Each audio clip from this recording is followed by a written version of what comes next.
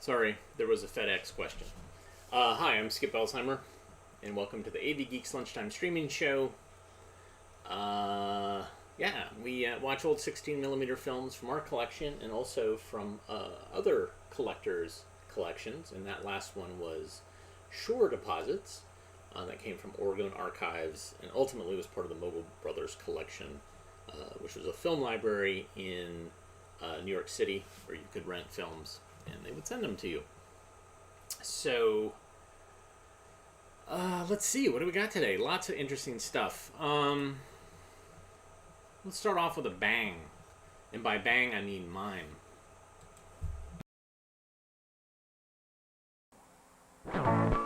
Everybody, but this isn't a story about picnics. It's about something much more fundamental. Some very core of the mystery of life. Enzymes. You've never seen an enzyme. They're so small microscope. Yet they're so important that without them, you wouldn't even exist. If we were to take away all the enzymes in the world, people wouldn't be able to digest food. The complex processes of metabolism and energy conversion occurring in the millions of cells could not take place. No human being could survive. Not just people. No animal could live either. Without enzymes, nothing would grow. There would be no food, no grass, no trees. The activity in every living cell would stop. Without enzymes, our world would be as barren as of the moon. What are these things we call enzymes? What is the nature of their awesome power? Science is just beginning to explore these complex questions. With the help of our laboratory assistant, we'll explore them. But first, let's visit the most fundamental unit of life, the cell. Cells are almost unbelievably small, but they're among the most important factories in the world. Hundreds of chemical reactions occur within a cell every minute. Complex compounds are built up, others are broken down. To do their work, cells use hundreds of different enzymes. An enzyme is a giant natural protein. Though it is produced by living cells, it is not itself alive. Enzymes are composed of long chains of amino acids linked together by peptide bonds. This is a model of an enzyme. Each colored strand on the model represents a acid chain. This particular enzyme is composed of 4 chains, and each chain is made up of 300 amino acid links. The model indicates the positioning of the chains. This is a different model of the same enzyme and shows the structure of each amino acid link. The pink strand indicates the main flow of the chain, corresponding to the green strand you saw in the first model. What complicated structures these tiny enzymes are. Scientists are continually developing new methods to study them, such as X-ray crystallography, which diagrams the density of an enzyme and helps in the development and understanding of accurate scale models, like this. Enzymes have the ability to change other compounds without being changed or altered themselves. This action is called catalysis, and it's the key to understanding how enzymes work. Each enzyme has what is called an active site, an area of the enzyme that actively engages other compounds to cause a reaction. This area is an active site. Because of its complex structure, one type of enzyme will work with only one other type of compound, a compound whose structure complements its own. In other words, enzymes are specific, fitting together with another compound like 2 pieces of a puzzle. Our assistant can demonstrate how it works. Let's take a puzzle piece and pretend it's an enzyme. This area is its active site, which must come into contact with a complementary compound. When a molecule comes along with a shape that doesn't fit, nothing happens. They simply ignore each other. But when the enzyme finds its complementary compound, they fit together perfectly. Then a reaction takes place. In this case, the enzyme splits one compound into 2 different compounds. The enzyme itself doesn't change. It's free to do the same job again and again with other compounds. The enzyme is acting as a catalyst by promoting a reaction. This is a very efficient way to work. But enzymes aren't just efficient. They're fast, too. In fact, a single enzyme may change more than 100,000 compounds in 1 second. But enzymes don't just divide compounds, they do many different jobs. If we pretend our puzzle piece is a different enzyme, it might find 2 separate compounds and join them to form a single new compound. Almost every chemical reaction in living organisms is controlled by enzymes. For example, before food can be absorbed by our bodies and used as fuel, it must be broken down and converted to small molecules. This diagram can help us see what happens when we eat a hamburger. Take a bite. Chewing is the first step in the process of breaking food into small particles. Chewing also releases saliva, which mixes with the food. Saliva contains the enzyme amylase, which begins to break down the starch in the hamburger bun into smaller molecules. Swallow. The food, partially broken down by chewing and by the enzyme, passes through the alimentary canal and into the stomach. Here, stomach cells secrete a gastric juice that contains another enzyme, pepsin. Pepsin helps break down protein in the meat. It's sort of a double-pronged attack, amylase for the carbohydrates, pepsin for the proteins. Now the hamburger is a soup-like mixture and passes into the small intestine, where a pancreatic juice is released.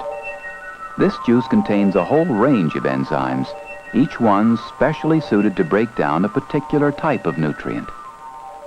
The hamburger is now reduced to a group of small molecules, like amino acids, simple sugars and fatty acids, as well as the vitamins, salts, and water that were in the hamburger from the start. These molecules are now ready to be absorbed by the small intestine and, at last, used by the body. The important thing to remember about this whole process is that none of it, not a single step, could have taken place without enzymes. In the world of plants, flowers like the rose are beautiful, but it is the green leaves of living plants that perform a miracle essential to all our lives. Photosynthesis. Energy from the sun, carbon dioxide from the air, and water are absorbed by the living cells of plants and converted into sugars. The entire world of living things, both animal and vegetable, depends on this process for food. Scientists don't completely understand how photosynthesis works, but they do know it couldn't occur without enzymes. Practically everybody likes cheese. Different cheeses are a man's diet all around the world. The basis for all cheese making is milk and an enzyme called rennin. Rennin coagulates part of the milk into curds, the basic substance of cheese. It's simple to do. Take a container of milk. Add a little rennin. Mix them together and heat them. In a short time, the enzyme separates the milk into curds and whey. Primitive man discovered how to make cheese long before he had any idea what enzymes were.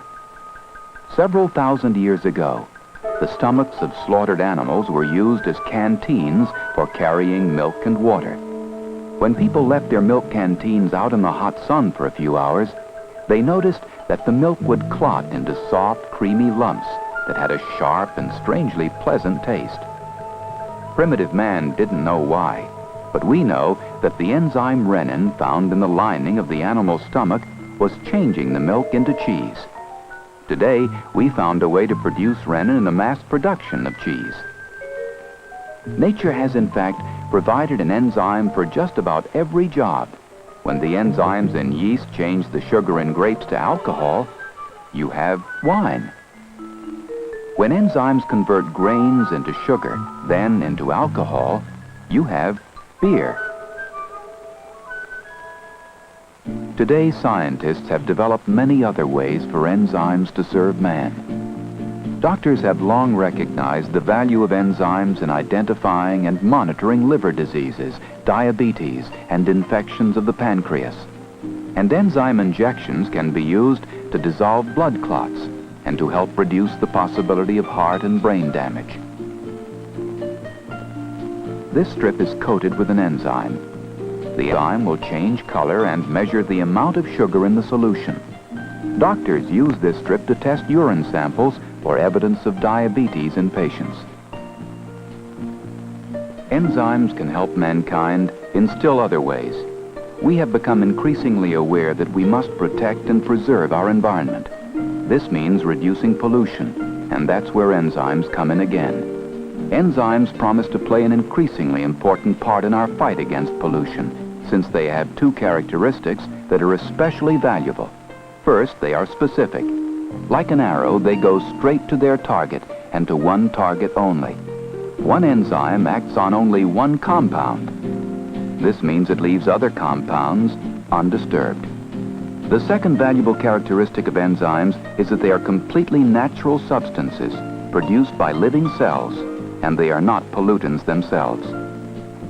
In fact, enzymes are now replacing dangerous acids in chemicals in a number of industrial processes, like tanning animal hides and removing protein waste from dairy and fish processing machinery. Thus, enzymes effectively reduce the number of pollutants being added to the environment. Still other wonders lie in the future. There are some 2 billion people in the world who don't have enough protein in their daily diet. Scientists believe enzymes can provide protein by helping to process protein-rich vegetables. Soybeans are a good example. They have a high protein content. They're easy and cheap to grow. There's just one thing wrong with them. They taste terrible. But enzymes can be used to remove both the bad taste and the parts of soybeans that are hard to digest. What's left is raw vegetable protein that can be made into a meat-like substance that's not only attractive but tastes good too. So enzymes may ultimately help us surmount perhaps the greatest problem our world has ever faced, the awesome challenge of feeding too many people with too little food. It's a big job, but enzymes have been doing big jobs for a long time. Until just recently, they were doing it with no help from man. Now, things are a bit different. Through his knowledge of enzymes, man has gained a greater understanding of the forces that shape his world and new tools with which to forge his future.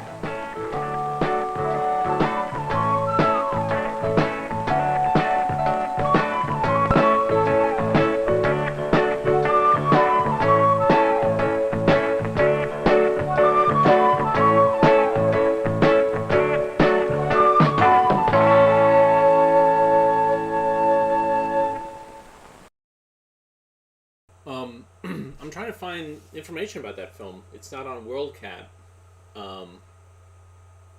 but it looks like it was made by a company that probably makes and sells enzymes for industrial use. So, Calyx Films. All right.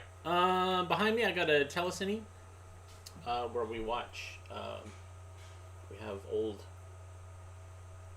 films, 16 millimeter films, set up so that basically there's a camera here, and the film goes through, and there's something that looks for sprocket holes, and it flashes every time a new frame appears, so you get a flicker-free image. And so we have this film, All American Roses. Enjoy.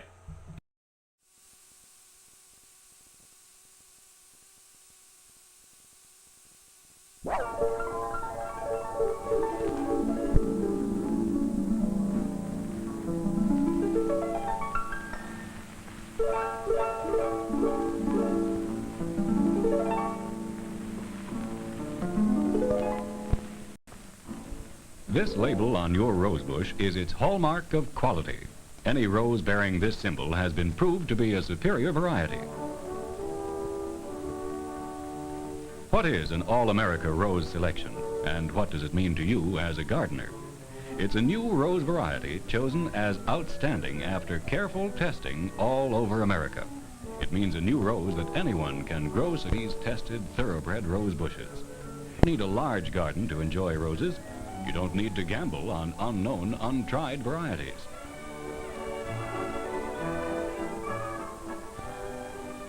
The story of the All-America Rose selection starts with the hybridizers. Growers all over the world work constantly to achieve perfection in roses, crossing and recrossing to reach the finest possible combinations of beauty, vigor, and disease resistance. First, the pollen is collected from the chosen male parent. The next step is to remove the stamens of the seed parent to make certain that the bloom does not pollinate itself.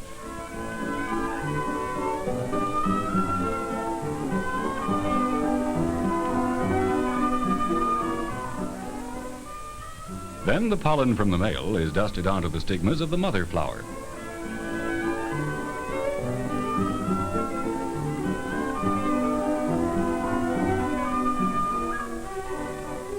After the cross is completed, the bloom is identified with a number. All data on the progress of the crossing will be carefully recorded. The pollinated bloom is covered to protect it from foreign pollen. If cross-pollination is successful, the seed apples or hips will swell with seeds. Plants from these seeds are transferred to test fields where they will be carefully watched. 99% of them will be discarded. The hybridizer may experiment with as many as 10,000 crosses, yet find that only 2 or 1 or perhaps none are good enough to try for the Oscar in the AARS competition. To produce a rose that has any chance of meeting AARS standards requires at least 6 years' work. The All-America Group was founded in 1938 by a number of the country's leading growers. They established tests where they are scored by impartial, highly qualified judges according to a uniform point system. In the trial garden at Hartford, Connecticut, the expert rosarian Everett Peaster, like 20 other judges in various parts of the country, makes regular trips to check all varieties currently under test. 13 important qualities are required in a rose. Among them are hardiness, the quantity of blooms, and continuous flowering throughout the season. Blooms are checked for fragrance and form, for firmness and texture of the petal, and for color in all stages.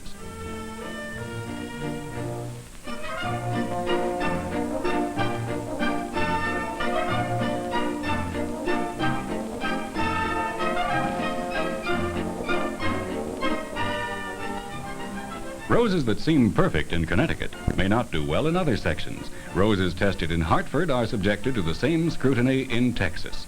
For 2 years, all the judges make official reports to the National Rose Jury. Judge Eldon W. Lyle is comparing fragrance. The major qualities are allotted a certain number of points, like 12 for vigor, 10 for foliage, 7 for fragrance, and so on. The unattainable score of 105 represents the perfect rose. Again, roses that thrive in Texas may not be successful in Oregon, and so they are tested on the West Coast just as carefully as everywhere else.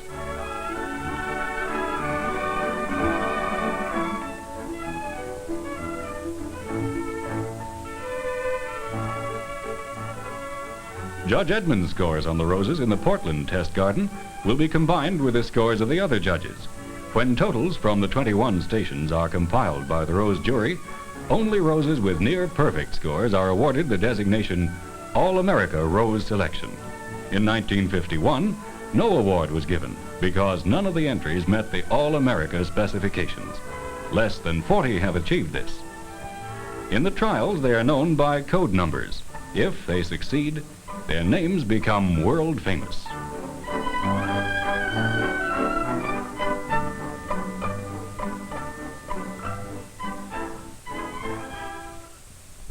Charlotte Armstrong, introduced in 1941, is an all-climate, long-stemmed hybrid tea with rich cerise blooms about 4 inches across.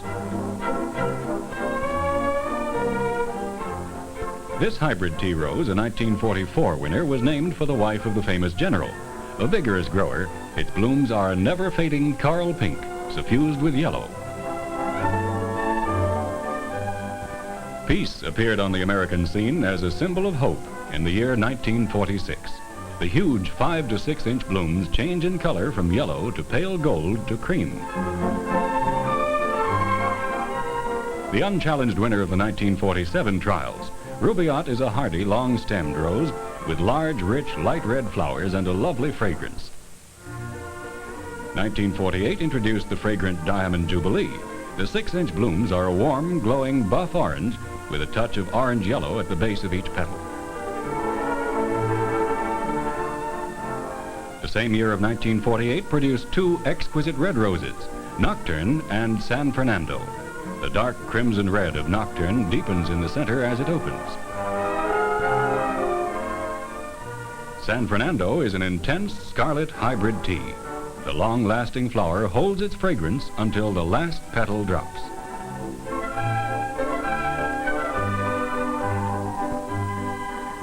Fashion, a 1950 winner, introduced an entirely new color in roses, luminous coral pink, suffused with gold.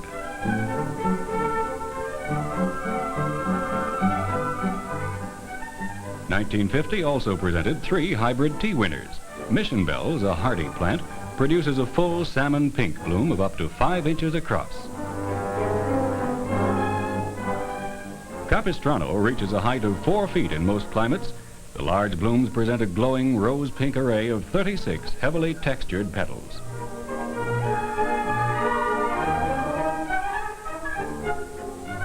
The high-centered blooms of Sutter's Gold are a deep yellow with rich shadings of gold shot with red. The fragrance is unusually pronounced.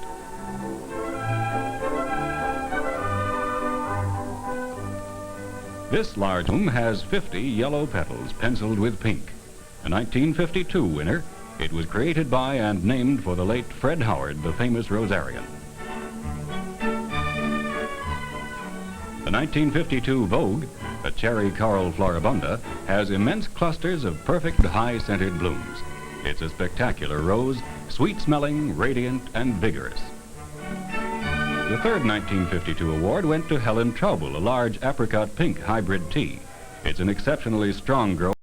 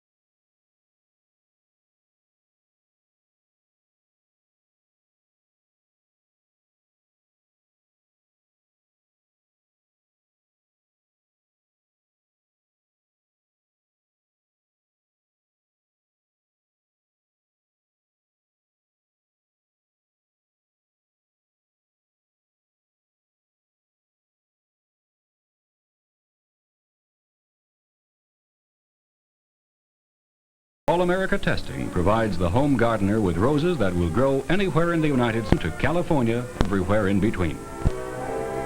Roses cover the country. You will see them along driveways and in backyards and in formal beds. You will find them in the living room of your great-aunt in Paducah. You will see them in your neighbor's garden.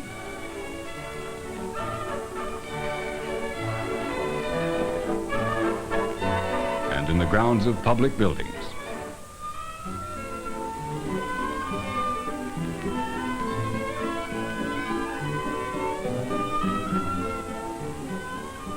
You will see them as casual splashes of color in tiny plots and in sprawling fields. You will find them in the most unexpected places. Wouldn't you rather see them in your own garden? Roses give another satisfaction, quite apart from the pleasure that you get from growing them. For many months of the year, you can enjoy them not only in the garden, but inside the home.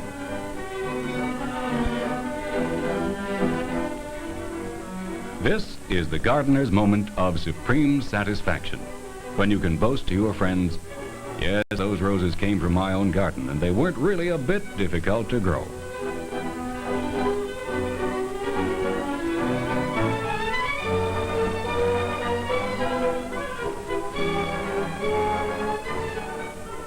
When you're ready for planting next fall or spring, look for the All-America Rose Selections label on your rose bush.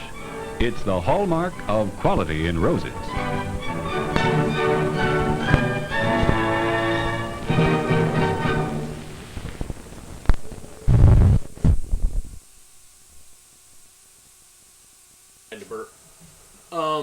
So I have a couple of films about roses. I would say several films about roses. This film was from the North Carolina Department of Cultural Resources, and I know that I haven't seen this film because I actually had to take this label off of it that was covering the hole. And so I looked when folks were like, "This looks familiar." I looked, and we did show another film called Rose Development, and there were some other ones that we've shown. So my guess is that this organization, every year, maybe every other year, put out a film talking about who won the competition, the All-American Rose Selections competition. So they might have pre-used some footage that they had already shot before. I'm not quite sure. Anyhow, what do we got here? Let's see. We watched. Oh, all right. We've stumbled across a couple of Black Hawk films that actually have sound, and traditionally Black Hawk would distribute to home markets early silent films, and they wouldn't have sound. And this is yet another one of the awesome train films. This is steam locomotives of the Baltimore and Ohio. Enjoy.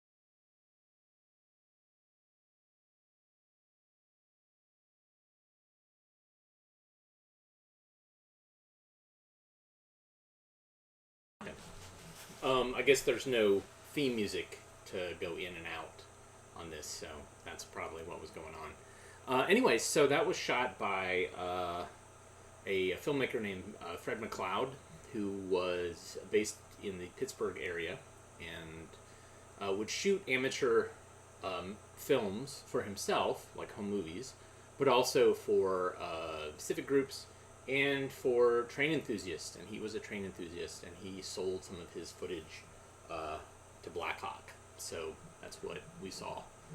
Pretty great. Okay, so on the telecine behind us, again. The webcam isn't quite mirrored, so it's very confusing. I have a film called Your Job, and we have quite a few films called Your Job, but this one is Your Job as related to fire prevention. And Mitch, thank you so much for the coffee. One way you can support AV Geeks is go to ko-fi.com/avgeeks and buy us some piping hot, caffeinated brown bean juice. We love it. All right, so here's Your Job. Enjoy.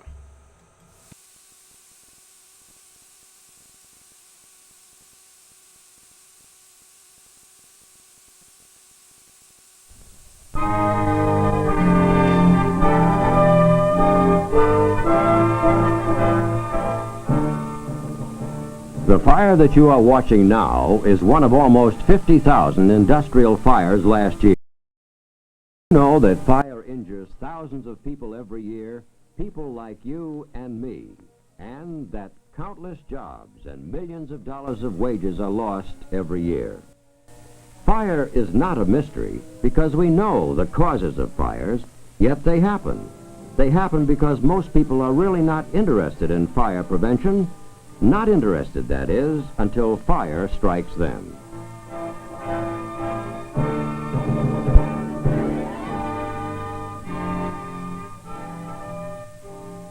Fire cares not who it strikes or where it strikes. It makes little difference where you work, whether in a new 1- or 2-story building or the industry or business involved. Fire prevention is not a new subject. Fire protection authorities have pleaded with us for years to learn and practice it. But still, people go about in their daily lives unthinking, careless, causing fires. Where do we start? What do we have to do to save our jobs and our lives? Cooperation between management, employees, and the local fire department is one of the best ways to prevent fires. It's people being involved in fire prevention.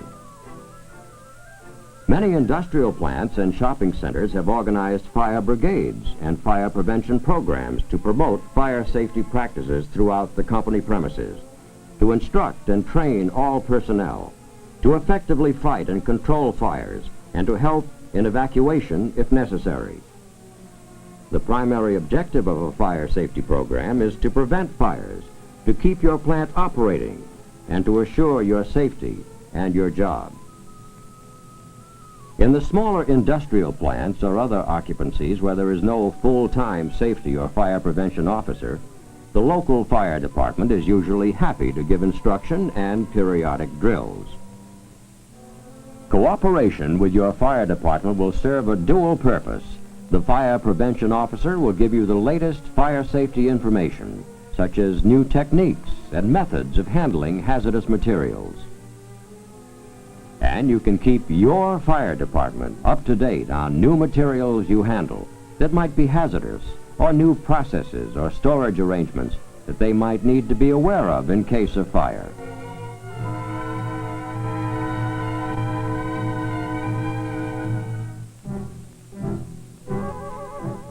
Keep your work area clean and orderly. This is one of the best ways to prevent fires. Poor housekeeping can create hazards that can cause fires and injure people like you and me. Look at your work area. Is it littered with rubbish, unused materials, accumulations of dusts, oil drippings, or other job wastes? Keep covered metal trash containers nearby and use them to keep your area free from waste combustibles. If you don't, You may be providing fuel to start a serious fire. Are you really familiar with the area you work in? Do you know where the nearest fire alarm box, telephone, and fire extinguisher is located? If a fire started and quickly cut off your usual means of exit, how to get out? For your own safety and the safety of others, you should never block aisles leading to exits.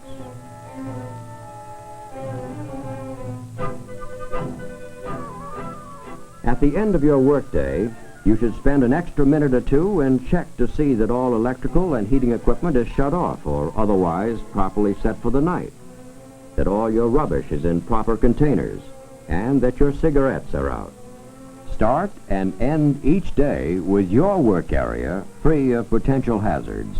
This is a good way to ensure that your job will be there tomorrow. One of the most frequent fire causes is careless smoking. A burning cigarette or sparks can touch off flammable liquid vapors or certain kinds of dusts, lint, or other materials. If you must smoke at work, you must observe the no smoking areas. No smoking signs are posted for a good reason, your safety, and to guard against fire dangers to property and possible loss of your job from fire. A trash container should never be used as an ashtray. Put out your smoking materials in a fire-safe receptacle and make sure your matches are out. For many of us, the edge of the workbench, windowsill, carton top, or desk is a convenient spot to place a cigarette. One of these times, that cigarette is going to roll off, unnoticed, onto some waiting combustible material. If you must smoke, do so only in an area where it is permitted, and use proper ashtrays. Temporary wiring or extension cords are an invitation to fire. Electric cords should never be hung over nails, wrapped around metal pipes, placed near heat sources, laid in moisture or oil. They should never be laid or hung over passageways where they might be stepped on, driven over, or run into. Loose connections, broken plugs, defective switches or outlets, these are fire danger signs. Always report any electrical equipment in need of repair. Numerous fires have been caused when unprotected lamps or drop lights have broken and the sparks from the exposed filament have ignited vapors, dust, or other materials. If you work in an area where flammable liquid vapors or gases are present, make sure that you are using explosion-proof electrical equipment, specially designed for use in hazardous areas. Unseen vapors from gasoline, benzene, naphtha, and other flammable liquids can ignite explosively. If you work with flammable liquids, don't give the vapors a chance to accumulate. When positive ventilation is used, the fans must be a type designed for hazardous areas. When you transfer flammable liquids from storage drums to safety containers, an approved pump or spring-loaded safety faucet should be used. The container should be electrically bonded to the drum. Clean up spilled liquids immediately. On large flammable liquid spills, notify your fire department. For some of us, gasoline has served as a good cleaning solvent. Gasoline is not a cleaning solvent. It's a fuel. It's made to burn in an engine. Don't take chances with it. The proper storage of flammable liquids is most important. Large amounts of flammable liquids must be kept in metal storage cabinets or specially designed rooms. These rooms should be well ventilated and free from all other combustible materials. Keep only small amounts of flammable liquids at your work area when needed. Keep them in clearly labeled, listed, or approved safety containers. Oil-soaked rags and wiping cloths are an invitation to fire. Keep them in a covered metal container until they are cleaned or disposed of. Sometimes several sources of heat are present. Heat for comfort, heat that we use for power, molding, baking, drying, distilling, and chemical reactions. Always store combustibles away from any source of heat that might be adequate to ignite the combustibles or initiate a chemical reaction. Careless use of cutting or welding equipment has caused thousands of fires and always presents a potential danger. The acetylene torch can produce a 6,000-degree Fahrenheit flame. If they're to move the job away to a safe area, move the combustibles away, or protect them with fire-resistant covers. Be certain that the area has been inspected and the work approved by supervisory personnel before beginning a cutting or welding job. Hot slag and sparks, especially from cutting operations, can travel many feet or through openings or cracks. If you are working with cutting or welding equipment near walls, ceilings, or floors that have openings, cover the openings. A charged water hose or fire extinguisher should be ready at hand, and a fire watch station to observe the sparks and globules of hot metal, and promptly extinguish fires in any combustibles that are accidentally ignited. Pipes or other metal objects can conduct heat over a distance, starting a fire out of sight. Check nearby areas and keep watch after the job is done and until the work has cooled sufficiently. Extreme caution must be observed when working near equipment or containers holding flammable liquids, gases, vapors, or dusts. Special fire precautions will be needed on this type of job, possibly including provision of an instrument to check for dangerous concentrations of flammable gases or vapors. If in doubt, call your fire department for advice before starting the job. Friction-produced sparks and heat are also causes of fires. Your work area must be free of flammable vapors or dust before using grinding or spark-producing equipment. Overloaded or sparking motors, overheated bearings, slipping belts, and pulleys should be given immediate attention. If you operate a machine or other equipment and it is not in proper operating order, report it immediately. Don't minimize fire prevention for production.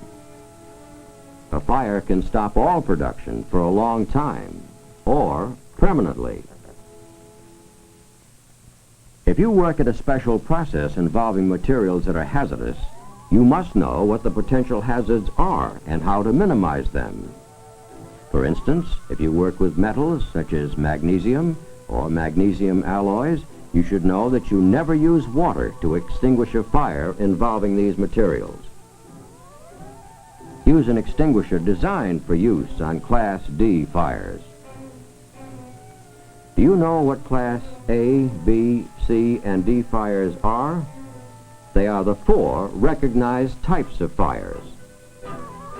Portable fire extinguishers of current manufacture bear a series of markings, so one may quickly be identified for the particular class of fire on which it may be used. Class A fires involve ordinary combustibles such as wood, cloth, paper, rubber, and many plastics.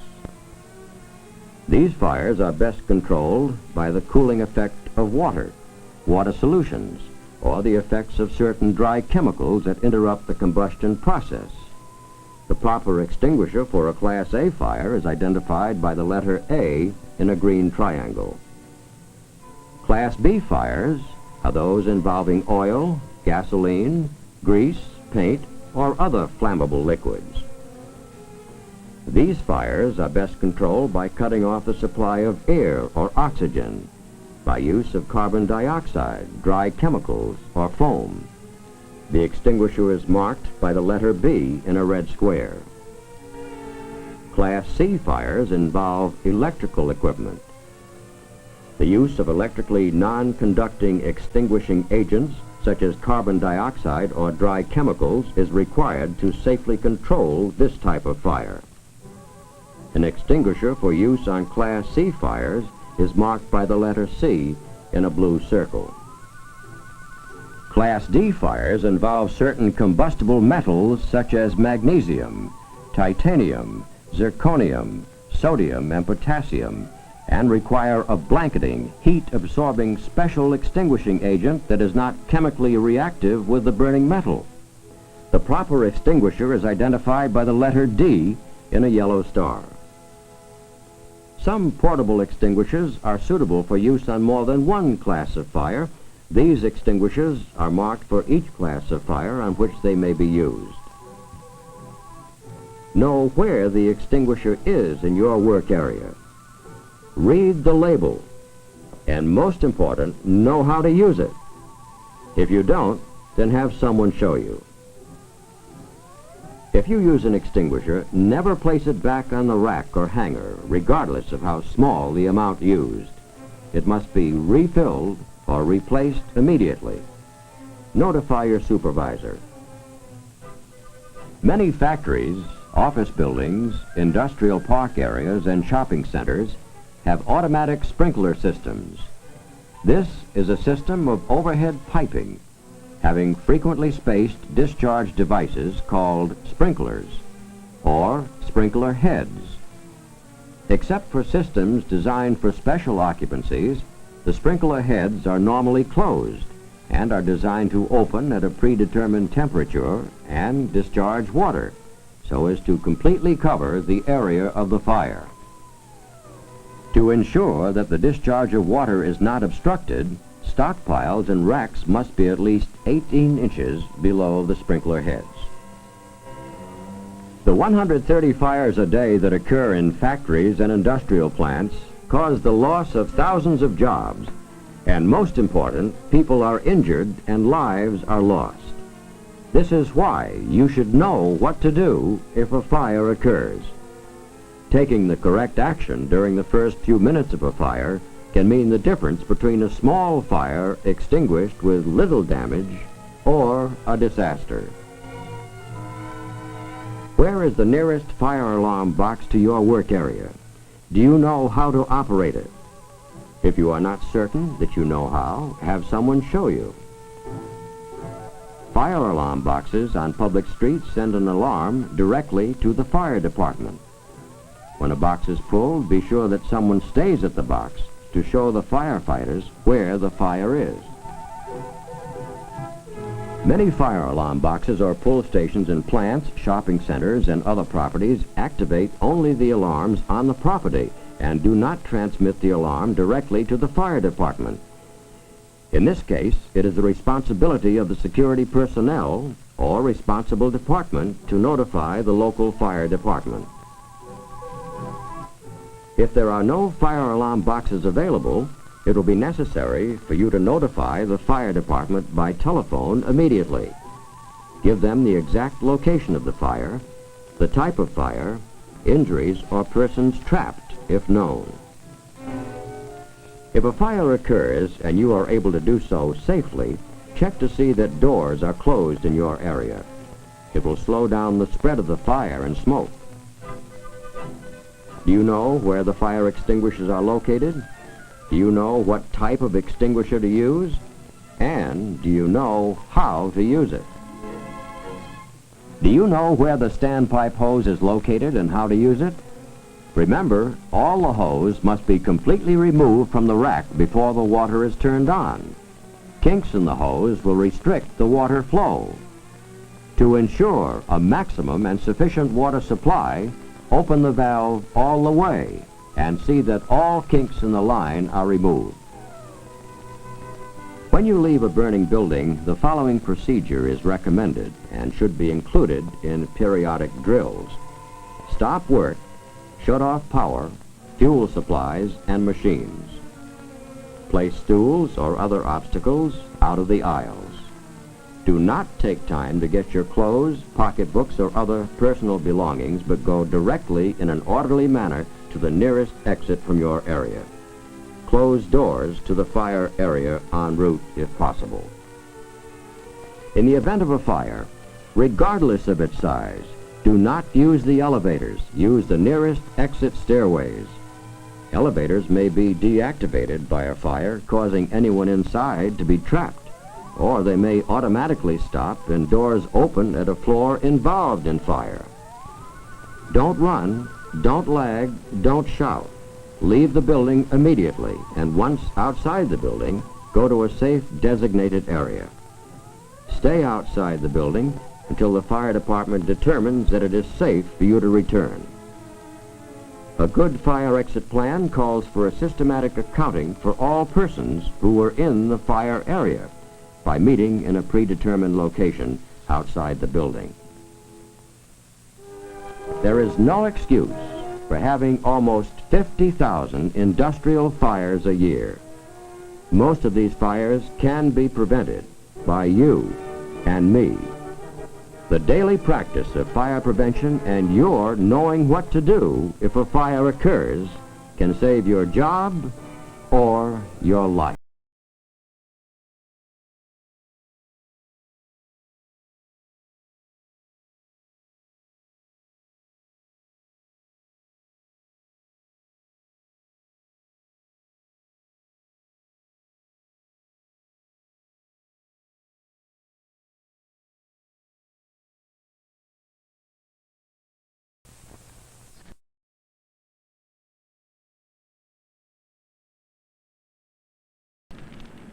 Now, what could be worse than that?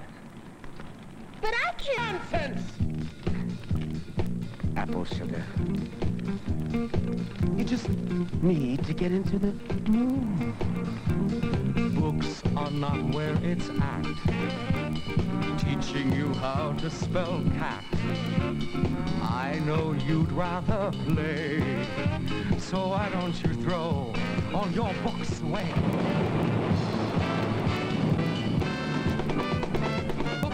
Burning, the fire is already yearning to put an end to any learning. 1, 3, 5, 9, throw 'em in, the fire's fine. Put the books in the fire, see the flames growing higher. Burning books is our heart's desire. 2, 4, 6, 8, time to incinerate.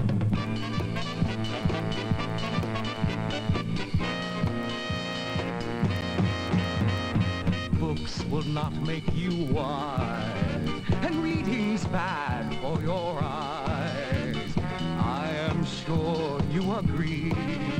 So why don't you give all your books to me?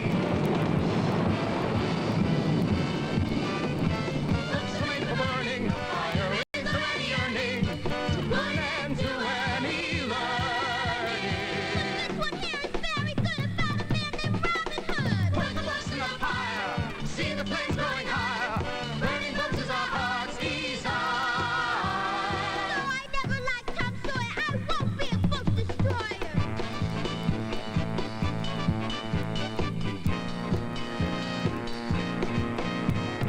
Books can only confuse, teaching you things you can't use. You should listen to me. Burning your books will set your mind free.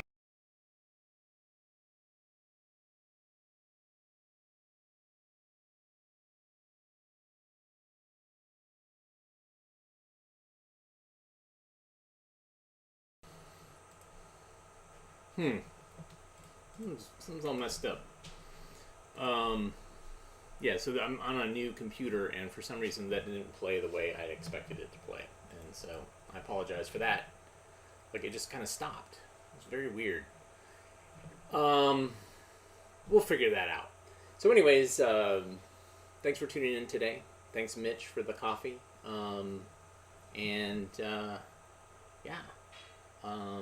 We'll see you tomorrow. I might be traveling, but I'll somehow figure out a way to see you. So everybody have a great rest of your Wednesday, and we will see you soon. Everybody take care.